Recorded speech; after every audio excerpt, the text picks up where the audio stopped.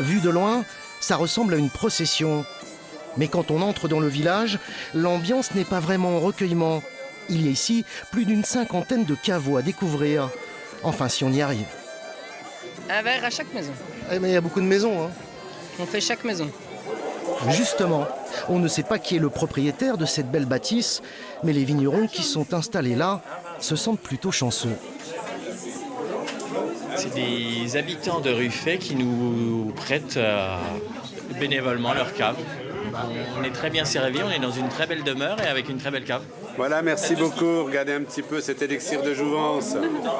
À la percée, on peut déguster les grands noms du vignoble jurassien. Mais heureusement, il y a aussi de la place pour les petits nouveaux qui veulent se faire un nom. C'est un formidable outil promotionnel. Pour une personne comme moi qui vient de se lancer, c'est un moyen de se faire connaître. Et puis après, c'est aussi un moyen de démocratiser notre vin si spécifique du Jura. Après 23 éditions, il n'est pas étonnant de croiser des visiteurs venus d'ailleurs, comme ces Helvétiques en kilt et leur curieux breuvage.